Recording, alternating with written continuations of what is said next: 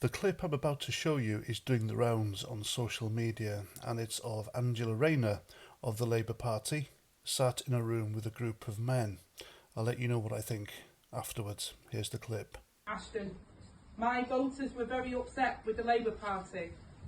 I was with you and you saw me over the line. You supported me in seats that are similar to mine. People lost their seat. You were there for me, and I don't believe I could have done that without you. Now, I know that people are angry about what's happening in the Middle East, and I said live on TV, and I say to this day, if me resigning as an MP now would bring a ceasefire, I would do it.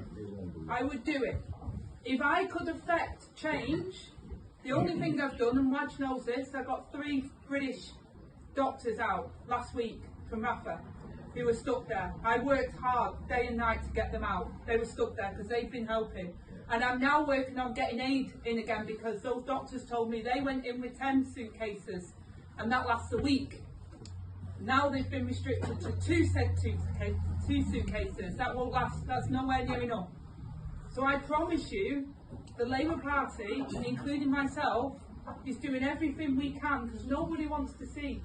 And nobody wants to see what's happening. And only last week, the Labour Party were supporting the ICC. The Conservatives didn't support the ICC. So at this general election on that issue, we can't affect anything when we're not in government.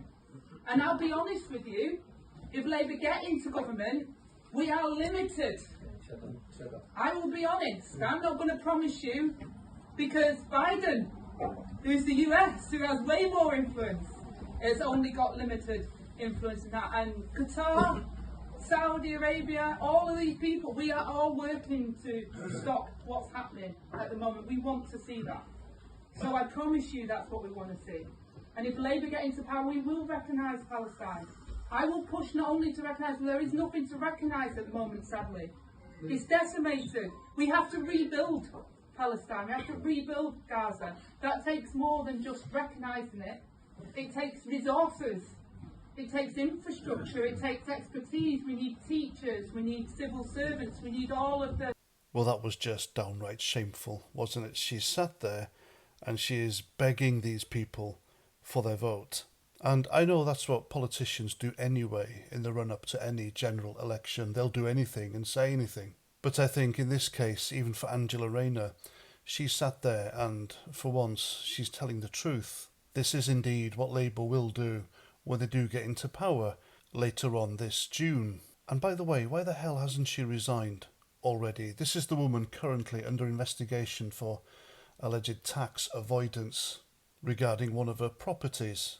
And the fact that she hasn't done so already shows that she is a massive hypocrite, because she was always calling for Tory MPs to resign at even the slightest sign of inappropriation.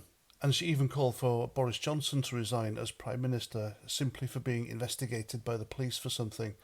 And yet here she is in the same situation and she's still here. Now, I believe this video is quite telling, and the reason I believe she's telling the truth is because Labour daren't cross these people.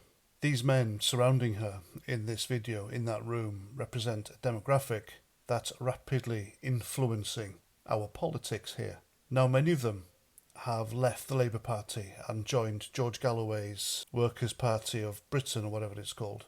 And many of them, like this one, are standing as independents. Now, the one thing these people have in common, apart from their demographic and religion, is Gaza and Palestine.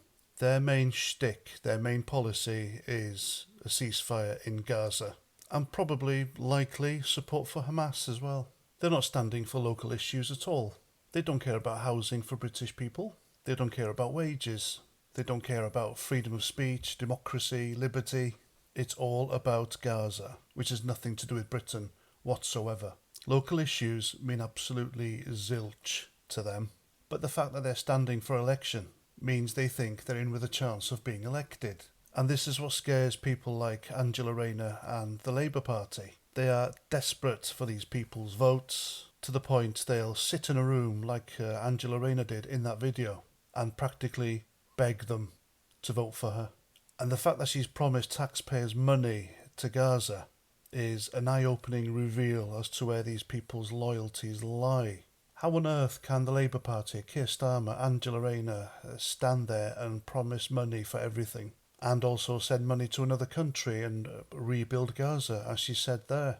I'm telling you now, the Labour Party will get into power, and the Labour Party will pander to these people, because they know if they don't, the Free Plasticine lot, they'll be rampaging through the streets of London, and they know they'll get more than their fair share of death threats as well from these people if they don't. So yeah, what Angela Rayner said in that video is what Angela Rayner definitely will do if these people vote for her. I mean, this is enough to make someone vote Tory, isn't it? I mean, almost.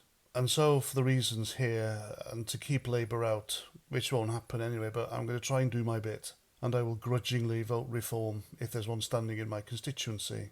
Not that I trust Reform, mind you, but, I mean, what can I say? But the next 4 years under this Labour government are going to be hell, I promise you. And they're making national service a very attractive option. So there we go. I'm Paz49. Thanks for listening. And until the next time, Roger Trout.